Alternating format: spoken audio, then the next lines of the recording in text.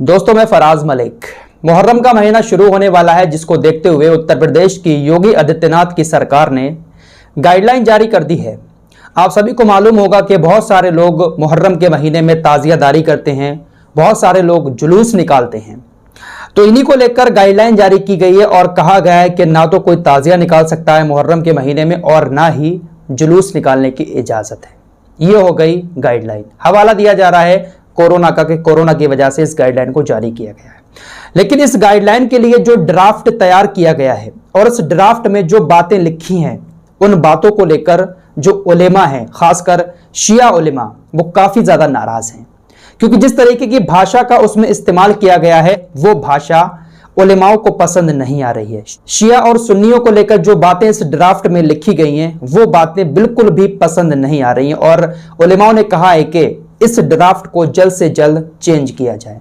आपने कोरोना की गाइडलाइन जारी की, आपने कह दिया कि जुलूस ना निकालें, मुहर्रम का ताजिया ना निकालें। अच्छी बात है, कोरोना का हवाला देकर आपने गाइडलाइन जारी की, कोई बात नहीं, हम इसको एक्सेप्ट करते हैं। लेकिन जिस भाषा का आपने इस्तेमाल किया है, मैं आपको दिखा देता हूं कि किस भाषा का इस्तेमाल किया गया है। यह ड्राफ्ट आपके सामने, इसमें 5 पैराग्राफ दिए गए हैं और दूसरा पैराग्राफ है, इसको लेकर खासकर आपत्ति जताइए। इसको सुनिएगा और फिर बताइएगा कि आप लोगों को यह बात कैसी लगती है।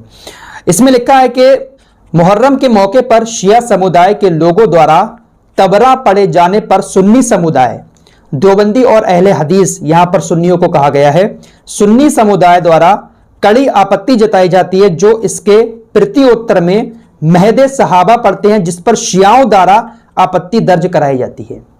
यानी इसमें लिखा है कि शिया जो है वो तबरा पढ़ते हैं तो सुन्नी समुदाय इस पर आपत्ति जताता है।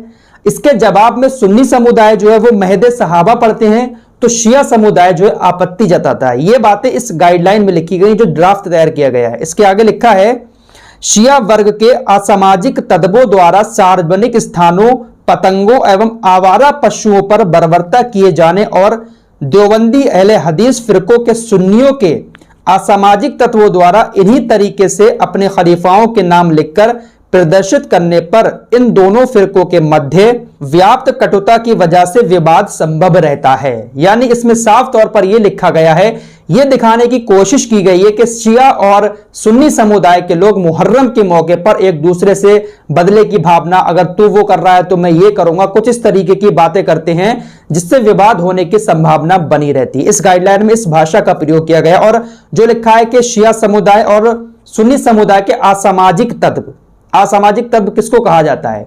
एक आवारा लोग जो होते हैं, जो हुड़दंग मचाते हैं, गुंडागर्दी करते हैं, उनको असामाजिक तत्व कहा जाता है। तो ये लिखा है कि असामाजिक तत्व शियाओं के और सुन्नियों के कुछ इस तरीके के कारनामे करते हैं। तो इस भाषा को लेकर शिया समुदाय के बड़े बड़े उलेमाओं ने आपत्ति जताई है, कहा है कि ये जो भाषा लिखी है ये बिल्कुल गलत है। आप गाइडलाइन जारी कर रहे हैं, उसमें आप कहें सीधे तौर पर कि भाई कोरोना की वजह से जुलूस नहीं निकाला जाएगा, कहीं पर भीड़ भाड़ नहीं होगी, लेकिन ये जो भाषा लिखी है ये बिल्कुल गलत है, इसको जल्द से जल्द बदलने की जरूरत है। तो आप लोगों को क्या लगता है कि ये जो भाषा लिखी है ये सही लिखी है, या फिर उलेमा जो इसको बदलने की बात कर रहे हैं इसको बदलना चाहिए, या फिर ऐसा ही ठीक है?